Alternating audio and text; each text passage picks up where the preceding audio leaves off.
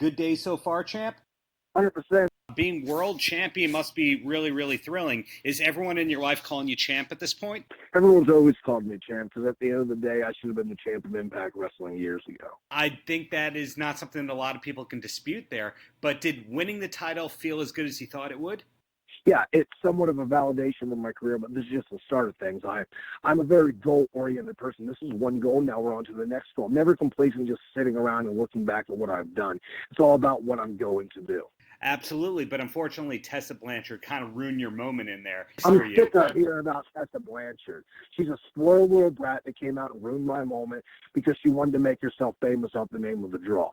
If Tessa Blanchard gets in the ring with me again, I'm just going to embarrass her and make sure she leaves Impact Wrestling because I'm sick of her. I'd be taken aback, too, if somebody ruined my spotlight like that, but I'm sure everyone else is happy for you and congratulating you. Yeah, it's always about Tessa. Tessa. I'm sick of hearing about Tessa at this point. You have the world champion on your line right now and you want to talk about Tessa Blanchard. There's 1,000 other things I'd rather talk about than Tessa Blanchard. Okay, well, let me move along to a compliment here.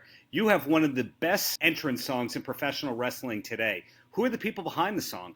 That song was actually done by my brother-in-law, who's an absolutely badass recording artist that's trying to break into the field right now. And he made that on a whim for us, and they absolutely killed it. What's the name of your brother and his band? They don't have a band name right now. His name is Stefan Galifianakis, and he's going to be a big star someday in the world of music as a producer and a music writer. He made that entire song by himself, the drum, the guitar, the vocals, every aspect of that song he did himself. And I'd love to get him more work for Impact Wrestling because I think he has a real knack for professional wrestling entrance music. Have you always been a metal guy, or is it you just heard that song and said, that's my new song? I'm an everything guy. Just like in life, I'm not one style of anything. Some days I like Billy Joel. Some days I like Prince. Some days I like Elton John. Some days I like Metallica. Some days I like A Day to Remember. Some days I like Bowling for Soup. Some days I like the Misfits. I like every style of music. It all determines what I'm going through in my head at that point. Now, there's days I might listen to some Kanye West. There's some days that I might listen to a little old school Run DMC. It all depends what I'm feeling at that moment. Well, I think I saw a Misfits neon green patch knitted into your vest recently. Are my eyes fooling me, or did you have a Misfits patch on there? 100% had a Misfits patch. Misfits, one of my favorite bands of all time. And anytime I can give them a little bit of press, a little bit of plug, and have them on with me is a great day. Did you see any of the reunion shows with Glenn Danzig? I did, and I think the Misfits are better without Glenn Danzig. I like the newer era of the Misfits better, and I might be the only one, but Project 1956 is probably my favorite album to ever put together. Have you ever communicated that to Jerry Only or anybody within the organization? I have not. I would love to do that if someone out there can help set up me in a meeting with the Misfits, because I'd love to kiss their ass a little bit and give them the gratitude they deserve. Misfits is a band that a lot of wrestling fans seem to be into. Were you into the Misfits even before you were into wrestling? I was always into the Misfits. Misfits was a band that really brought me up when I was a childhood. My brothers were Misfits fans, so I got into the Misfits at a really young age. Got it. And another topic that I find interesting about you is, of course, your allegiance to the state of Ohio. And I had the pleasure last summer of going to Columbus on a press trip. The city invited me and all that. Do you still live within, 40, 50 miles of Columbus?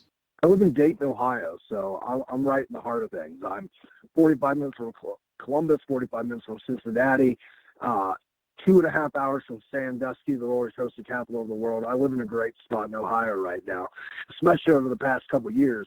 Since I moved back to Dayton, I've realized that the entire Dayton community and area has been rebuilt because Dayton got real bad for a while. But over the past 5 years, a young group of people have started buying out parts of the city and really revamping it. So what is it that keeps you so loyal to Ohio in general? Because, of course, OVE is a thing.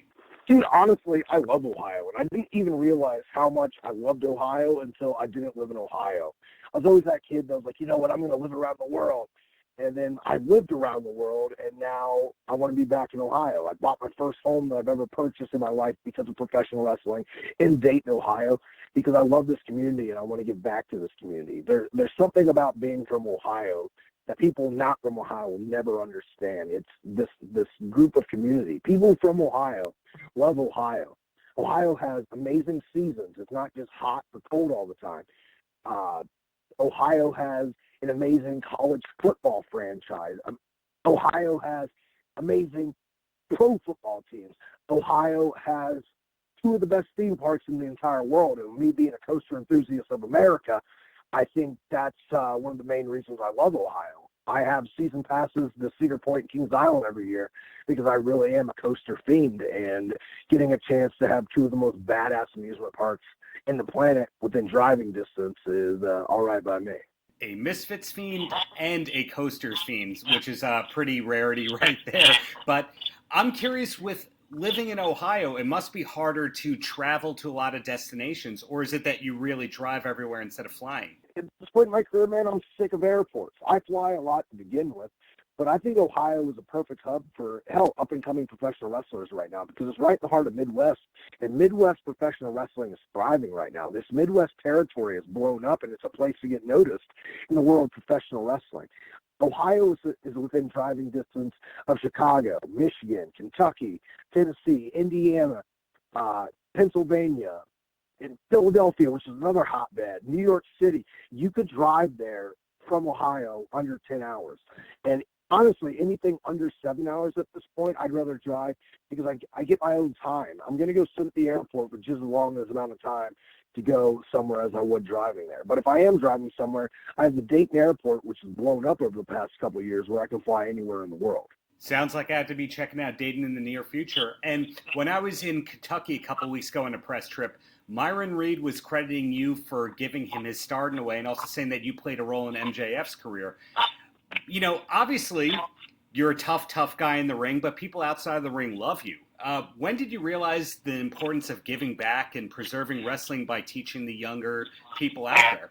Not everyone in the business loves me, so let's not get that construed. But I've always been a guy that wants to give back to this business because I was treated like shit when I was younger. Anyone that works hard for me, I'm going to bust my ass and work hard for them because that's how the business should be. I don't do it for a thank you. I don't do it for gratification. I can list on and on and on and on and on about all the younger talent that I've helped build and helped hone and help them become who they are, and just give them that little piece of advice or that little piece of criticism that they may have needed. But I'm not going to do that because it's not about that. I do this because this is what professional wrestling needs. Hell, my company, the Wrestling Revolver, has been huge of getting some guys signed to Impact Wrestling, younger talent that never would have gotten the opportunity unless they would have the chance to become who they are with my company. Right. And another interesting thing about you, because everything is freaking interesting with Sami Callihan, is that you were one of the most visible people on the Chris Jericho cruise last year. Was it an enjoyable experience for you to be on that cruise? I ate and drank way too much. To be honest, the 3 days afterwards was complete hell because I was hungover for probably a week and a half. Well, it was a shame when everyone had to turn against you in that last match there, or is that something that we don't talk about? No, honestly, I think that's great because at the end of the cruise, everyone was talking about me like they should have been. So 2020, you're hopefully coming into 2020 as the champ, but what does the immediate future look like for Sami Callihan? Sami Callihan making the Impact World Championship the big belt in professional wrestling. I don't care what company you work for. I don't give a damn what championship you represent. I'm saying right now that the Impact Championship, the Impact World Championship, is the belt in professional wrestling right now. Because it's not about the belt making the man, it's about the man making the belt. And I make that belt the big effing belt in professional wrestling. And I'm going to keep celebrating until the day I lose it with a little bit of beer, because that's what men drink, and not a little bit of the bubbly, because that's what bitches drink. Bubbly's for bitches. All righty then. So in closing, Sam, any last words for the kids?